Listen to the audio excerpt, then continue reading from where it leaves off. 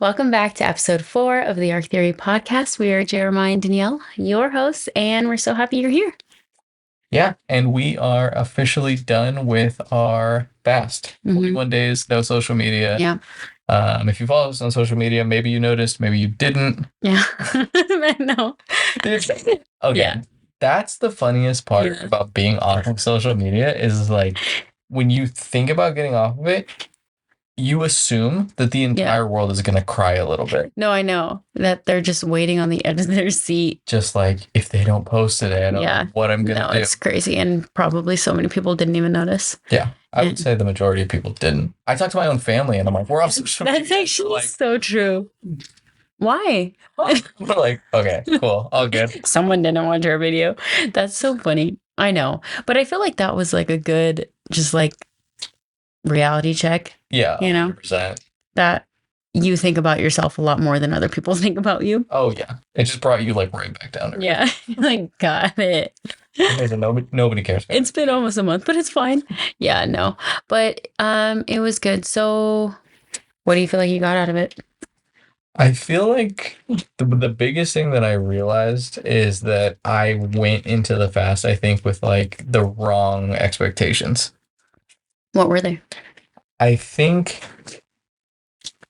I went into it with the idea of if I do this fast, God's going to give me some type of reward. And I think that was like just a kind of naive way of looking at it, and a very kind of like a new Christian idea that it's like somehow there's like this cosmic vending machine type of scenario going on where if I do good, then God's going to reward it. And I think that like it took a couple of days of getting into it before I started to realize even if nothing comes out of this, the closeness and the time and the intentionality of being in the Word was worth it. Yeah. Of just that. Yeah. And not that we're going to have anything crazy to show for the fast. Because I think even the idea from the very beginning to make the fasting public, because you know how like in the Bible it talks about like don't like have a somber look on your face so that people know you're fasting. Yeah. Wash your hair, keep yourself clean. Yeah. So that it's kind of between you and God. And I think that we obviously didn't do a fast publicly to say, look at us, we're fasting. But it was a way, I think, to kind of bring attention back to fasting, because I do think it's an important element of a faith walk and something that neither of us have really practiced in the past. And I think that there's a lot of benefits. And I think anybody that's following Jesus and is trying to cultivate a faith walk, it's a very important element that I think we need to do more of as people and as the church. And I think that obviously it's good to do that in the beginning of the year, but it's not something that should be once a year and then next January we're going to do another one, that it becomes something that you kind of mesh into your everyday life. Yeah, it's just not everyone. Just faith into the rhythm of your faith walk. Yeah. And I think that like what you were saying, where you were just like hoping to get something out of it, like this like big thing or whatever. I think, I mean, in your defense, and I feel like I kind of thought that too, but you hear like so many stories of people where it's just like, oh, they fasted and then this like giant change happened in their life. And so it's like, oh, I just need to fast hard enough. I just need to pray hard enough. And like, and then something like that will happen. Dude, how do you fast hard? Yeah. You pray hard. Yeah. And then so I feel like hearing those things, you think that like, oh, what am I doing wrong if I'm not having these like big changes in my life? Like if I'm fasting or if I'm praying for something and it doesn't happen, like, oh, I obviously just didn't pray hard enough. And I think that that is just like such like a huge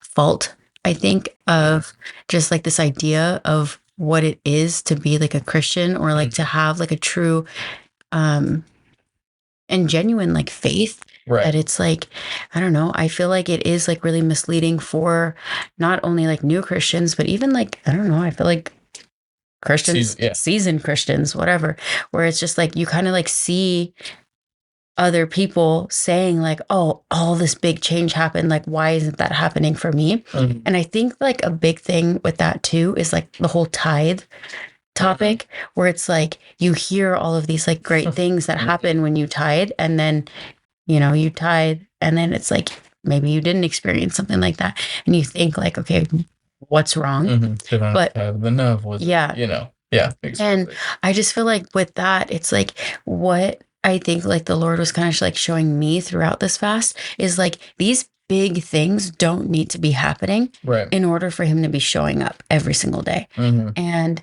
I think that like for us, at least like a common theme Yeah. is like just consistency with the Lord. Like, Yeah. I don't think that even in this like past year or however long, like we've had these like huge, like God moments that like he just completely changed everything. Like we woke up one day and like everything was just like Right. completely changed. It wasn't that. It was like a lot of like little things over time, Mhm. which I think could be like easily missed Yeah. if you don't pay attention. Right. And I think that that's all the Lord was like trying to show us, or like one of the things that the Lord was trying to show us is like just be paying attention to those little things, because Right. that's where he's at for us. Yeah. No, and I think that is a big thing, because I think obviously like nobody knows us better than God. Mm-hmm. And I think he knows what we need. Yeah. And I think in the season that we're in, it's Mhm. Christian people love to say seasons, dude. Every time I say that, You know I what? like hiccup. I was just thinking that. Dude, it's a season. It's a season. Dude, everything's a season. I know. But what else would you say it as? Because I noticed that I started saying that a lot more recently Dude, I too. know. Listen to like one Christian podcast and then It's just- everything in your life. Is this Just so much seasoning, man, this desert wasteland of a season. of a season? I know. Anyways, but no, I think that a lot of times God knows exactly what we need, and Yeah. what we need is not necessarily this giant miracle. I think if you read the Bible, there's nothing more evident than miracles don't necessarily equate to like faith in Jesus. I think they're a good benefit, but if you look at like for the disciples, obviously for the masses, the miracles were important. So Mhm. like don't mishear me, but I'm Mhm. saying like how quickly the disciples would see the craziest miracle on earth, and then the very next verse is how they're back to going like, what are we going to do, God? Like, and I think that that's so human, and that's the way that we are. It's like you can have these life-changing moments, and they're great, and they're a great testimony, and people gravitate to those stories, and I think that that's awesome. But overall, I think it is like you said, it's like the consistency in your faith of being able to maintain your faith even in the mundane, even when it's slow, even when it's not these grand events. And I think that a lot of times too, like in the social media space, we think that every event has to be this life-changing, life-altering, radical, pulled out of the sky moment. Yeah. And if you don't experience that, it puts this pressure on you that you're doing something wrong, that maybe you said you didn't pray hard enough, or maybe you didn't have enough faith, and then it becomes this weight. And I think that that's like such a trick of the enemy to twist that narrative to make you, instead of looking for God, you're looking for the miracle. Yeah. You're putting that above even God. And so it goes, I'm tithing because I want God to do this radical thing, because somebody that I know that happened to. And it's like, I want to fast because I want my business to be the most successful. And I think God kind of recognizes that it's like maybe bad intentions, but I think he recognizes that what we're really after is the blessing, not him. Exactly. And so when those blessings don't come, we start to then question God, we start to question ourselves, we start to question our faith. And I think that it's so easy for people to start like mixing up their priorities in those moments. And I think that was like almost the best thing that could have happened out of this fast is the fact that there was no life-changing event, and God is still good and still faithful. And it was very important for us to do this and to recognize that. Yeah. No, absolutely. Because as much as like if something crazy were to happen, like I feel like we talked about that during the fast, where it's just like, but if something crazy did happen, like, look, Lord, you can get the glory for that. Like, wouldn't that be cool? And it's like, yeah, but like he doesn't need that, you know, like at the end of the day, like he wants your heart. And does he only have your heart if he does things for you? Right. And I feel like I read this thing one time where it's like, if the Lord never does like one more thing for you, is that going to be enough? Like, is what he did already going to be enough? And like, that was so humbling. Yeah, that was like a hard pill to swallow, you know? Yeah. I feel like it really puts things in perspective where it's like, are we believing in him? Are we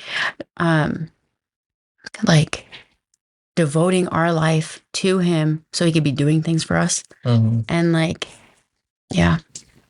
Yeah. Man, that'll hit you where it hurts. Yeah. But so I feel like all in all, the fast was really, really good. I do think that we came back rested, which is what we wanted to do. I think we wanted to get like a better idea of just like the direction of Arc Theory coming out of this. And like, I feel like we kind of have like a little bit more of an idea. We were kind of hoping for this like giant sign and like giant, like, hey, walk down this road. This is exactly where I want you to, or where I want Arc Theory to go. That would have been like really nice to have something clear. But like, you know, we didn't get that. And so I don't know, kind of just wanted to normalize that if you fast or if you're praying or seeking whatever, and it's like, and it's not this like clear sign that some people get sometimes, like, not doing anything wrong, just keep going, you know, keep asking, keep seeking, and still be faithful. And God is always going to come through, and he's going to come through in the way that he knows you need him to come through. And that often looks a lot different than what we have planned out. Yeah, because God doesn't operate on our timeline. And I think that can be frustrating, because it's like, well, I did the fast, I did the 21 days, and now God was supposed to show up in that way. And I think that for us, I think he definitely showed up. But again, it was like not in the way that we thought we needed, you know? And I think he knows that, okay, great, you have this great business idea. Now what? Yeah. You know, and I think it's like we said from the beginning, the point of the fast is to get closer, to cultivate that relationship, to remove something that would be distracting you from spending time with him. And I think if that was the goal, then that was accomplished. And I think that was good. And I think it was nice for us, even from just the standpoint of not being on social media, being more present with each other, with our kids. All of that was a benefit. And so taking that into 2024 with this idea that, okay, like we can now approach it differently. And I think in maybe a slower fashion, we are starting to incorporate a lot of the things that we had talked about, which I think is good. Yeah. It did kind of put a pause on what we were doing before. And I also think that it's fine that it's taking a little longer. Yeah. I think that so often too, like if you say you're going to do a 21-day fast, a lot of the revelations you start to have don't happen until the 21st day.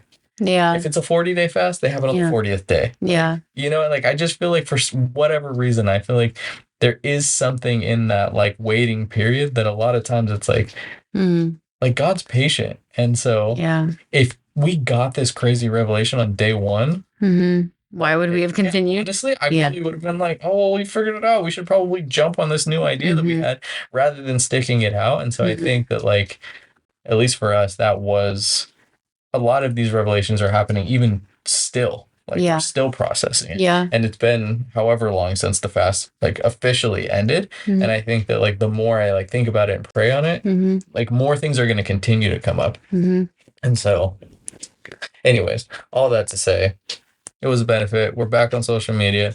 Okay, so one thing I have noticed about you is that now that this fast has been over, I've noticed that you've continued being in your Bible like a lot more. I've just kind of noticed that on like a more regular basis, that it seems like it's always around, it's always open. Do you feel like that was a result of the fast, or has there been something that you've been implementing that has helped you like stay more consistent with that?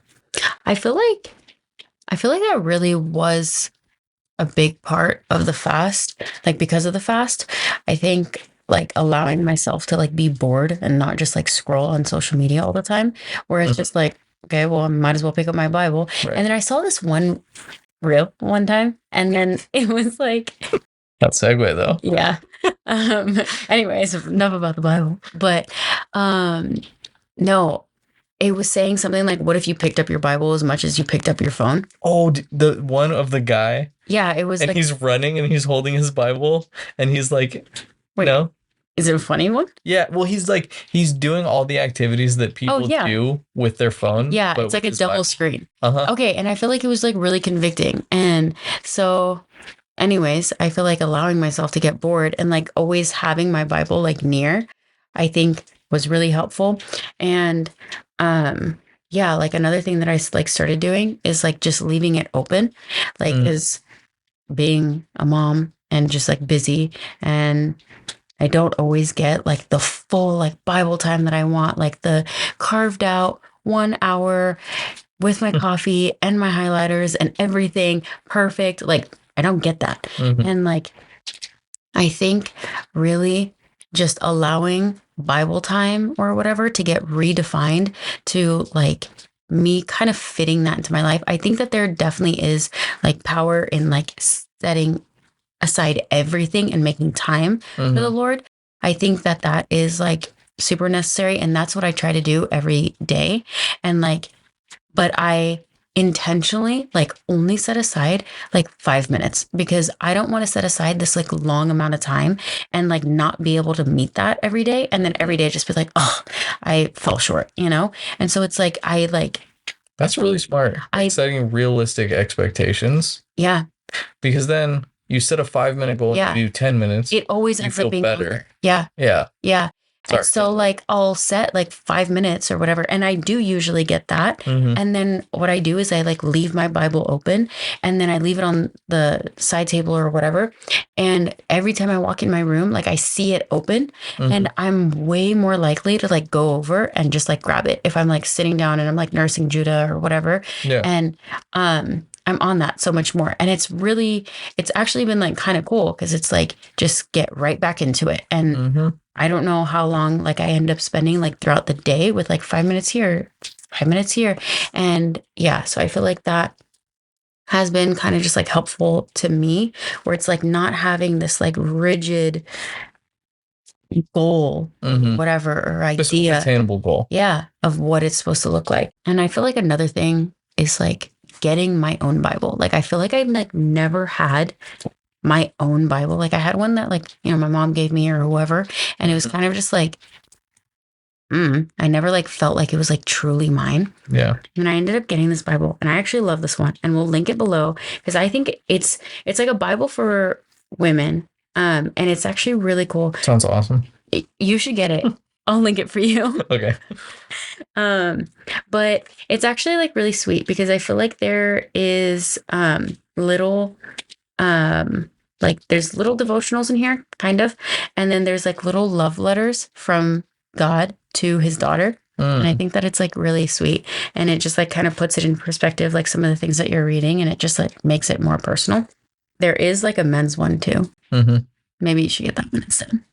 I like the women's one better. But I don't know. It's called the Thrive Bible and it's really cute.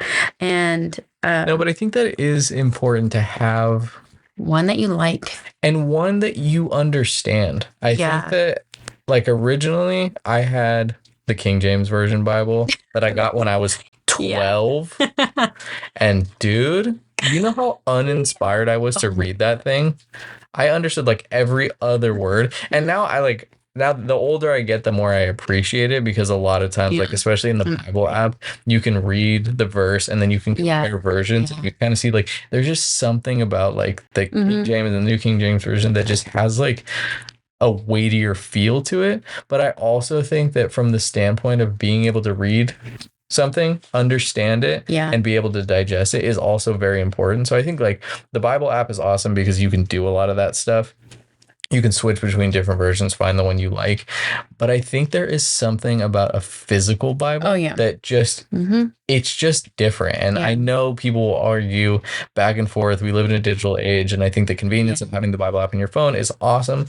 But having that physical Bible and taking time to be in the Word on paper is just different. And I think that more often than not, when I feel like I've gotten something out of it, when I feel like God spoke to me like in those moments, it's been in the actual Bible. And so I do think that there is really something powerful about having a Bible that you're excited to read, one that you understand in a version that you like, and do the research. Like, it's so worth it. You can get Bibles, they're everywhere nowadays, and they make aesthetic ones, and they make cool ones, and they make portable ones, and you can find the one that fits your vibe the best. Portable ones?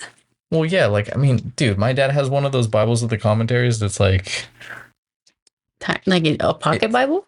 No, I'm saying. Wait, are you doing it's like this big? Giant, like fat? That thick. Like, I'm saying, like, they make giant Bibles that you're like are not portable, but I'm saying like more like throw it in your backpack, bring it to the coffee shop. Oh, yeah. But what are some things that like you feel like have helped you be in the Word more? Or I don't know. I think like picking out things to read, like whether it's like a plan or like sticking to a book and actually reading through it. Because I think a lot of times, like what I would used to do, because it wasn't a consistent habit. All right, Lord. Literally, it's like you just play that, like toss the Bible on the table and see what page it opens up to, read the verse, and then hope for the best. But yeah, like picking out like a book, like what I've been doing this year is starting at the very beginning and just reading straight through, which I really like, because I feel like I've been a Christian the majority of my life, but never really read the Bible like a story. I always kind of read it as like individual books, and it's like almost embarrassing to like admit, but like not even really realizing how much like Genesis like flows right into Exodus, like kind of almost acting as if they're like their own separate things, because like hardly ever had read them all the way through. And so really starting to read the Bible like as a story and appreciating the Bible as a story, I think has been super helpful. And then obviously I think there's a lot of different like plans available on the Bible app as well. Act like we're sponsored by them. I feel like I've like tried doing those so many times, and for some reason I never stick to them. And I actually used to hate like going on there and like breaking my streak or whatever, and like not finishing a plan. I have like a million plans like started, and I never stick to them. I don't know why. And I feel like I would like always get so discouraged that I know I never finish them. And so like honestly, like I stopped doing like those plans and stuff. I think part of the reason that like the plans can be difficult, because I don't really like the plans where it's like you read one verse and you do a devotional. Like, I like to read like through the chapter to know context, to know like the situation, to know where we're at, like, what happened prior and all that stuff. So like a lot of the plans that I was following were like the chronological order of the Bible. So you are literally reading like Genesis from the beginning to end. And then occasionally it'll jump back and forth, because I think that there's definitely a benefit in going from Old Testament to New Testament. But I think that's been helpful, is just kind of actually picking a book and then sticking to it and being willing to like read it at a slower pace. And not so much as like a checkbox. I think a lot of times reading it before, to read it, like I had read through the entire Bible about it like 2 years ago or something, but it became such a thing that I was just doing to check a box that I would barely remember anything. Half the time I would be like skimming through it, just trying to like get it done. And I feel like it was like almost counterproductive. Sorry, Go ahead. The most skim through, dude, when they start talking about like the genealogy. I know. And I think, but even like with some of that stuff too, like this time around, I've been a lot more like careful to try to see what about that. Like even, especially because in the Old Testament, there is a lot of things in there that you're just like, man, like how are we going to get through this? This is what we were supposed to be doing right now. But just appreciating there's a reason why God didn't do anything on accident, and there's nothing in the Bible that isn't supposed to be there. And so, and that's a hard pill to swallow for a lot of people. But trying to take as much out of every aspect of it, and not being pick and choosy, and not only sticking to the same 15 verses that we hear every Sunday. And I think that being able to really kind of take it for what it is, read it, and try to even like research what the significance behind why they would have things like that. I love the like nerdy history stuff behind the reasons and like what was relevant about that, and the cultural significance of why even saying something like that would be necessary. And I think that there's a lot of different things like that have opened my eyes significantly, and they now can appreciate it in such a different way. And I think that when you go into it with an open mind and ask God to kind of show you what it is about this that might be relevant, that a lot of times it just opens up this whole new world of information that you can gather from that. And that's been really fun for me. And I think it's given me like a new excitement. But I think like anything, you're not going to have this every single day fired up, can't wait moments of reading the Bible. Sometimes it is just that repetition, but I think when it becomes a habit and it becomes part of your life, it's less of a decision of am I going to do it, and it's the fact that you're spending time with God, and that is the most important thing that you can do, despite whether or not you're having these like revelations and breakthroughs constantly. And so I think that's been a big thing for me. It's just finding something that I'm wanting to read and not being so sporadic and all over the place.